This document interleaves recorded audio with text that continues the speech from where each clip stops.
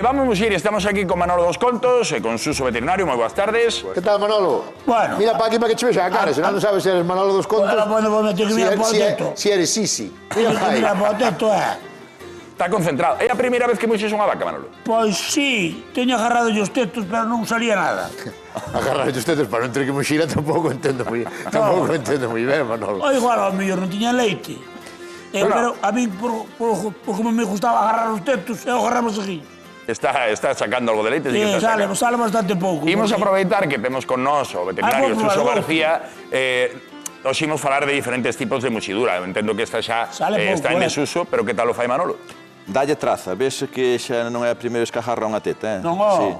Bueno, non hai tantos anos uso, era todo así, non? Todo Sí, era manual. Isto é o que se chama unha canada, ten unha medida dun litro. Sí. As vacas poden patear, entonces, cando enchías, botabas para un caldeiro que tiñas preto, como pode ser este. Non puñías o caldeiro ao lado da vaca. Non, que lle pegaba a patada. Claro, e se a vaca era moi pateadora, metías a cabeza aquí. Aquí, e puñeste de pé, e co cu para atrás. A ver, por si as aguantala casas. así. Entonces, isto o que fai é que aquí hai como un ligamento que ao apretalo, a vaca é incómodo patear.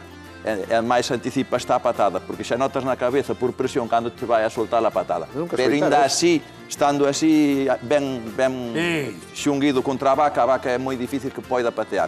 De feito, hai uns aparatos que se chaman o que se chama un ferro, que é como ten unha forma de corchete, así, e méteselle así e aquí, entonces non dá pateado, para evitar que che patee. Pero son algunhas vacas que patean, non? Solo as que son moi bravas, Bravos. ou que ten mamitis, ou unha vaca que, por exemplo, mama sempre o becerro e tes que ir ao ubre para valirarlle un teto que ten mamitis ou que sea, entre que nunca lle tocaches e ten dolor, solta cada patada que te pode matar. De feito, un cliente meu, unha vaca de unha patada na cabeza, tuvo que ir a urgencia a sacar un coágulo da cabeza. Carai. Que non é unha broma.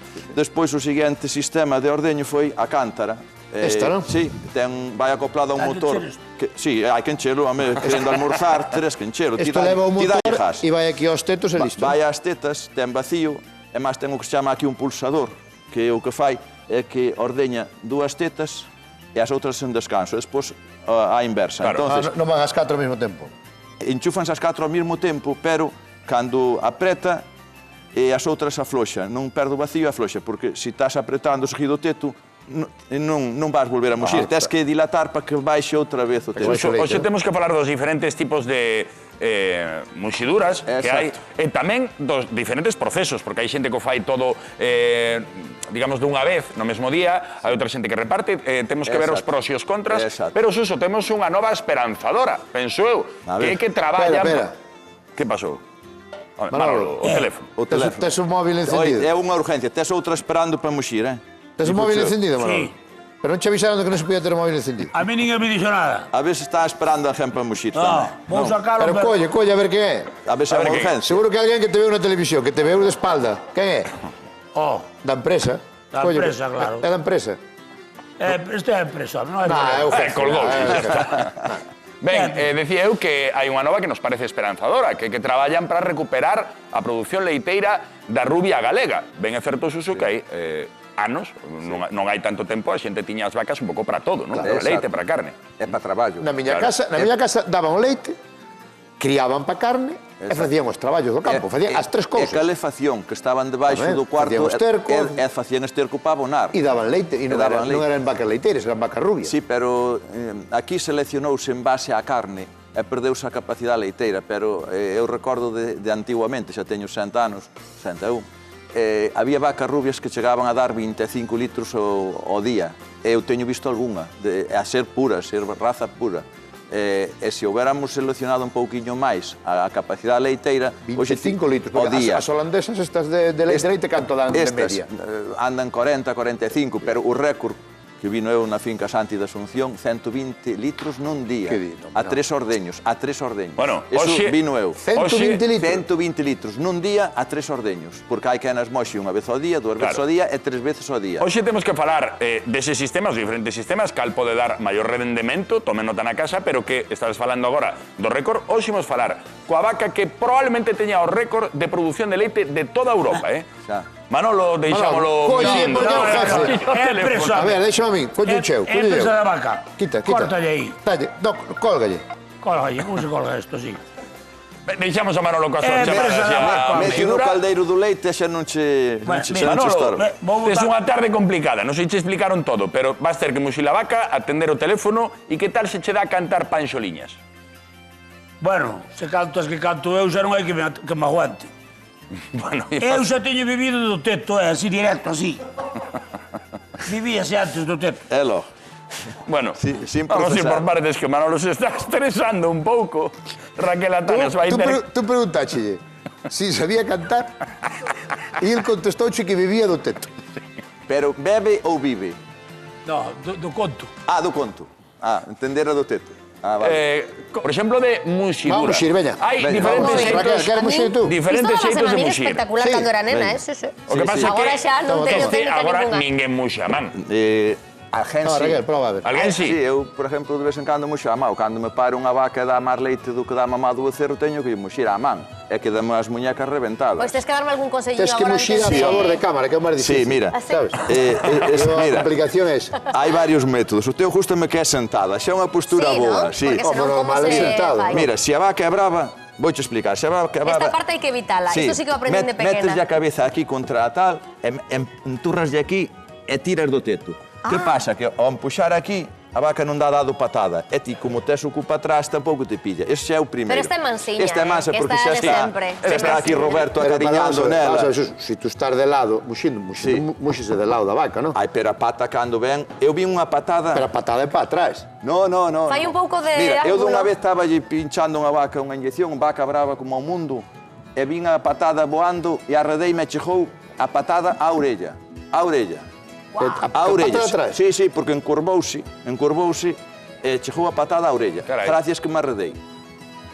E as vacas, os que patean para atrás normalmente é o cabalo. A vaca non suele patear para atrás. A vaca patea en forma de jadaña, así, Anda. neste sentido, polos ligamentos que ten na perna.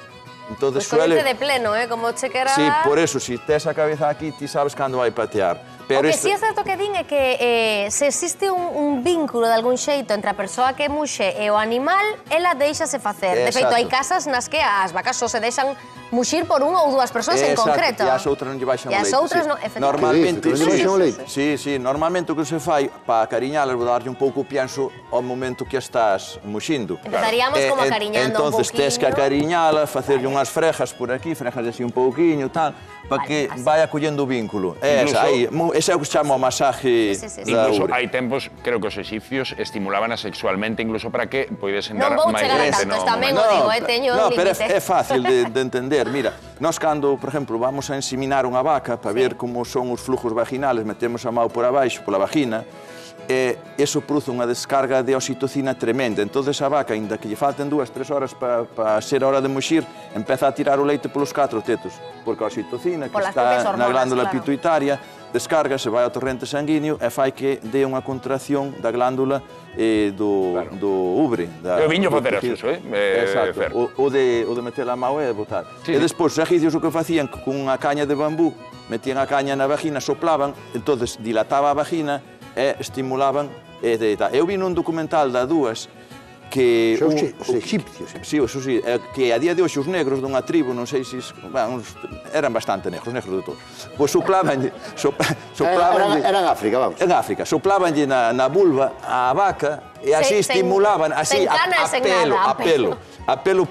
E empezaban a baixar a leite. Porque, claro, a vaca jardo o leite para o becerro, non lle baixa a eles, entonces quedaban Bueno, así... tamén serían vacas cunha nutrición peor que as nosas, non? Exacto, sí. Canto máis coma a vaca, máis leite dará, digo. Claro, eso vai en función. A vaca... Imos falar diso. Que coidados ou que consellos se podemos dar á xente, pois que seguro que aquí temos gandeiros moi formados. Especializados. Claro, e especializados, para que, digamos, a vaca teña máis rendemento. Porque ás veces o mellor que dea máis leite todos os días non quere decir que nos vai a dar máis leite en función de ao longo do tempo, creo. Exacto. Mira, é o que se chama genética e o que se chama manejo. Son os dous pilares básicos. A genética é que ti, se tes un toro que está aprobado, xa os proban genómicamente. É dicir, xa antes de, cando teñen xa un mes de nacidos, sacanlle sangre e fan o que se chama unha prueba genómica. Aí vas a saber por onde tira ese boi. Os fillos canto leite van a dar, canta grasa vai a dar, canta proteína vai a dar a leite. como van ser os aplomos, e corvos e tal, como vai ser a capacidade torácica. Aí dan os parámetros todos, e despois fais unha prueba que é xa sobre das fillas nacidas, a ver canto leite dan. Pola parte xenética. Pola parte xenética. Entón, ese é o que se chama un toro probado. Entón, de aí a ter unha ganadería todo con semen probado, estás mellorando moitísimo a ganadería. E despois hai outro paso máis, que son os embriós. Tido unha vaca que é unha super vaca, botas un semen dun toro que é un super toro, faz unha super ovulación, sacaslle ao mellor 15, 20 óvulos a esa vaca e pollos a unha vaca calquera, ainda que sea de carne, e o fillo, a filla sale cas características dos pais. É o que se chama un vientre de alquiler. Sí, sería xestación subrogada, non? Exactamente, un vientre de alquiler. Entonces, inda que a vaca sea rubia, a cría vai salir pinta e dando leite. Xa se bota semen sesado para que asegurarse de que é unha chica. Perdóname, Suso, porque estamos vendo unha sala de muxidura das que máis adoitan ver en Galicia, porque decíamos que a muxidura manual prácticamente xa non se fai, podemos ter este aparello como que temos no plató. Eu creo que a maioría das salas de muxidura son estas, pero hai nas tamén que son automáticas, que están robotizadas. Non sei cal aconsellas ti. Bueno, eso vai en función de cada granxa. Eu teño clientes que teñen robós, cada robó ordeña 70 vacas, entonces... É este, non? O que estamos a ver, non? Non, este non é un robó, este é unha sala de ordeño manual de ordeño por detrás. Bueno, sí, ese é un robó, ese é un robó, sí. É que vi antes o paisano ali... Fai unha máquina sola, aí non hai... Sí, ese é un robó que o que fai é o traballo todo. Primeiro desinfecta o teto, despois seca, lava o teto, bueno, é lavar, desinfectar e secar, despois ponlle o ordeño, e despois fai o que se chama o sellado, é dicir, botalle un líquido que deixa como se botara unha plastificación ao teto para que non entren gérmenes para arriba. Sí, porque quedará un pouquiño dilatado que o buratiño, digamos, despois de muxir. Durante igual media hora queda o esfínter do teto bastante dilatado, incluso non é conveniente que se vai a deitar á cama, porque como está aberto, se estuvera por aí paseando ou comendo un pouquiño no comedeiro, mellor aínda. Bueno, o que se trata aquí un pouco é de que se fajan os pasos todos completos, inda que sea robó, é que quede todo ben planificado. Menos o agarimo inicial, que aquí sí que non hai agarimo, aquí vai un pouquinho... Aquí o agarimo, sabes o que fai? O agarimo que fai no robó é que teñen un pienso moi rico, entón as vacas van con moito cariño por robó porque saben que comen como un pienso especial moi sabroso. Un premio. Un premio, exacto. Bueno, que igual que falabades antes da xenética e da importancia da xenética para ter bo produto, digamos, entendo que a calidade de vida do animal, o benestar animal tamén será importantísimo. Mira, ahora mismo xa están casi controladas as temperaturas porque teñen ventiladores, aspersores, para cando hai moito calor, teñen ventiladores, aspersores de humedad, que funcionan automáticamente dependendo da temperatura ambiental, entran en funcionamento. Despois tamén o robot ten moita tecnología, mídeche a temperatura da vaca, así sabes se a vaca ten fiebre ou non. Despois teñen un collar que tamén mira a actividade da vaca, sabes se a rumia é normal ou está baixa, sabes se se move moito ou non, é por eso sacas que está en celo ou non, e diche a hora óptima para inseminala, diche se ten mamitis nun teto ou non, xa che fai un reconto. É dicir que teñen unha tecnología que cando eu empecé a ver esa máquina que hai aí, pensei que era a leche, que son as ordeñadoras de cántara, e se medín daquela cando tiña 6 anos, que foi cando a vi en primeiro, que unha máquina, ela só iba a muxir unha vaca, e dixo, bueno, isto é ciencia ficción. Ti é moitos. Imos de preguntar, porque decíamos antes que íamos falar co dono da vaca que máis leite dá, penso que en Europa. Falamos da vaca Rocío, imos falar co seu dono, que é unha vaca que está en Taboada e que produce máis leite de toda Europa. Diego Novoa, boa tarde. Hola, boas tardes. Cantos litros de leite dá o día Rocío? Bueno, Rocío é unha vaca que no seu pico de lactación pode chegar a producir hasta 80-85 litros de leite ao día. Carai. Iso é máis do doble que unha vaca común, non? Sí, é unha vaca que, bueno, en toda a súa vida productiva leva dados 219.000 litros de leite, que, bueno, é unha auténtica salvajada, vamos. Por cantos anos ten? Por poñervos un exemplo, por encima de 100.000 litros só hai 9 animales nunha granxa de 120. Porque cantos anos ten? Ten 8 lactacións e ten 11 anos e pico, casi 12. E está no período de máxima producción, esa idade ou non? Bueno, ahora non, non, xa dá menos, xa produce menos, o seu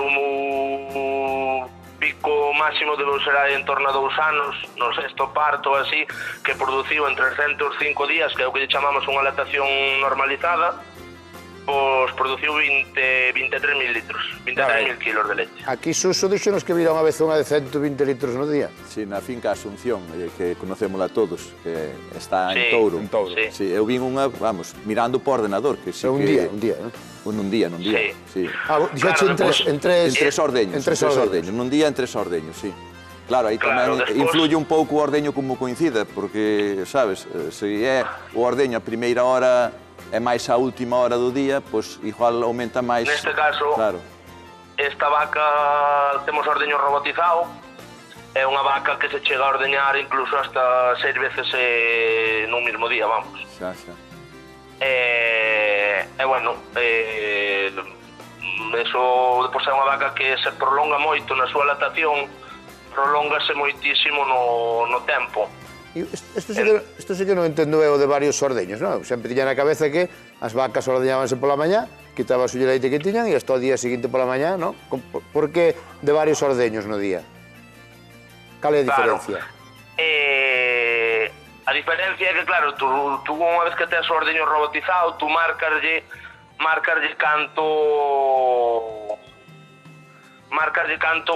cada canto leite queres que che saco leite. Entonces nós temos programado que cada 12 litros de leite que as ordeñe. E fai o descanso aí. Exactamente, elas entran ao robot, dalles a súa ración de... Vale, saca 12 litros e para. ¿No? Sí, exactamente. No, sácalle 12 litros porque é o leite que ten nese período de tempo. Claro. O que teña. É dicir, moxe, cando chega a 12 litros, quita todo o que teña. Eu calculo que é por tempos, sabendo que dá ao día, fará por tempos. Exactamente, el fai unha regla de 3 por tempo. Claro. Diego, e onde está o segredo de Rocío? Porque aquí falábamos de xenética, de calidade de vida, de benestar animal, alimentación, non sei, que convertiu a Rocío na vaca leiteira máis produtiva de toda España e mesmo seguro que de Europa tamén. Tes que combinar entre un confort, a calidade dos forrajes, todo un pouco, non? Eu aquí o que vexo é que a vaca é excelente, pero tamén o dono da vaca é excelente, porque non é normal que unha vaca con tantísima produción teña tantas lactacións, é dicir, que chega a unha edad tan alta producindo, porque a media de partos por vaca de leite son 3 partos. Ti pasaste moitirmo, eso quer dicir que as coidan moi ben. Claro, aquí a media da granxa témola en torno a casi tocando os 4, a media de lactación. Carai. Bueno, e polo que nos contaron, Diego, creo que tes o relevo xeracional de Rocío garantido, non? Asegurado. Sí, Rocío ten unha filla, que xa ten producido máis de 100.000 litros de leite, e xa ten unha neta que, como ben falabades fai un anaquiño, xa ela ten fillos xa prueba de pequena, bueno, xa nos aportou que é unha vaca que vai ser... Que apunta maneira. Hai remuda. Que apunta maneiras, exactamente. Pois Diego, parabéns por todo ese traballo, por todos eses récords e por digamos que darlle outra dimensión ao vosso oficio. Unha aperta, Diego. Polo traballo ben feito, claro que sí. Nada, moitas gracias, un saludo, unha aperta. Pois fai falta